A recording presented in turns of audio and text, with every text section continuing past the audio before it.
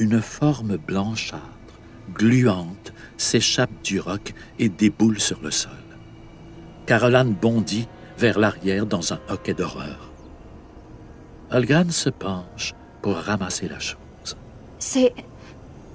une grenouille? Demande Maëlie en enlevant ses lunettes. L'amphibien bouge mollement dans la grosse main d'Olgan.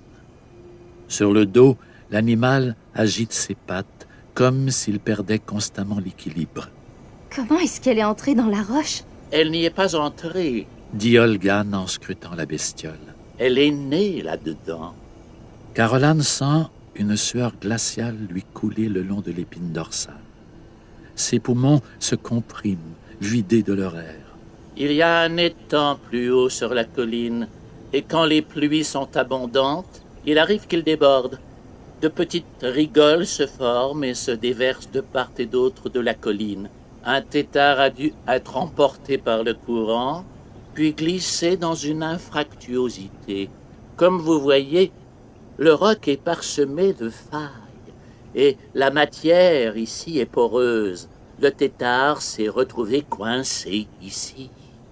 Maëlie plisse les yeux en observant la créature. Mais alors, le tétard a passé toute sa vie piégé dans la roche? Dans la noirceur éternelle, comprimé de toutes parts, sans espoir. La pluie a dû faire ruisseler dans la brèche suffisamment de nutriments pour sustenter l'animal, qui a pu poursuivre son développement. C'est intéressant, en revanche, voyez comme la bête n'a aucun tonus. Olgan secoue la grenouille, dont les membres pendent lamentablement. Ses yeux globuleux s'ouvrent et se ferment avec difficulté. Quelle existence misérable! S'écrie Maëlie en osant poser un doigt sur son ventre rachitique. L'amphibien coasse. Caroline sent les muscles de ses jambes défaillir. Elle s'appuie contre la paroi à la recherche de son souffle, incapable de détacher les yeux de la grenouille. J'espérais en découvrir une un jour. Confie Olgan en retournant l'animal dans sa main. J'ai lu de nombreux récits au sujet de créatures trouvées dans la roche. Une légende hindoue raconte que c'est l'un des pires châtiments réservés aux âmes damnées. Être condamné à la réincarnation au cœur du roc. Une vie éternelle de misère.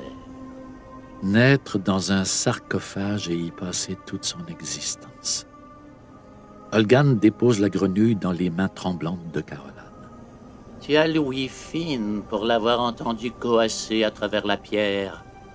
Elle est à toi.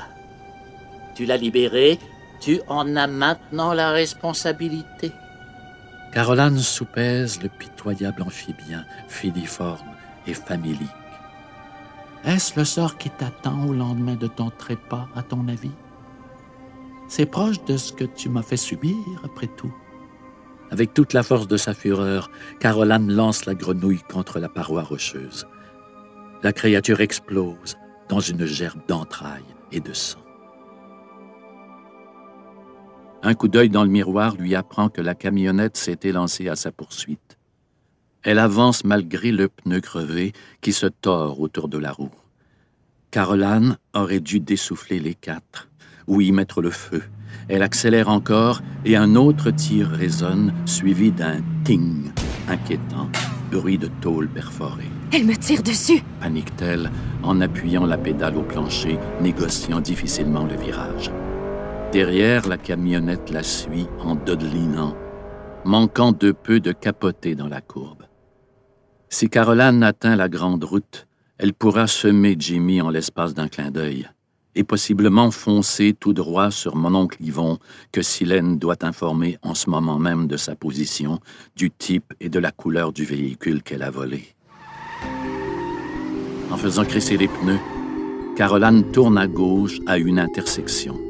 Elle a presque déjà quitté Palissade et repère le chemin qu'elle a trouvé plus tôt en traversant la forêt. Elle accélère encore. La ligne droite va la propulser hors de portée. Le moteur grogne. Elle en sent la puissance jusque dans son pied sur la pédale. La Toyota s'élance, bolide rendu incandescent par la vitesse. Caroline entend les fragments de vitres qui dégringolent sur la banquette arrière et le vent qui siffle rageusement dans l'ouverture béante. Les phares éclairent le bitume, puis captent un obstacle sur la route. Un tapis de grenouilles sautille sur le chemin sous la lumière blafarde de la lune. Caroline serre les poings et relâche l'accélérateur par précaution. L'auto fonce sur la marée de batraciens et les roues fauchent les bestioles par dizaines, éclaboussant les ailes du véhicule et soulevant une gerbe d'entrailles sur son passage. Puis, la Toyota dérape. La chaussée devient glissante comme si elle était recouverte de glace noire. Les pneus, enduits des carcasses gélatineuses, n'adhèrent plus que superficiellement à la route. Caroline tourne le volant dans un sens puis dans l'autre, mais elle ne contrôle plus rien. Les yeux écarquillés, elle observe, impuissante, le paysage qui chavire. Quand les roues de sa voiture butent contre le gravier de l'accotement, l'horizon bascule.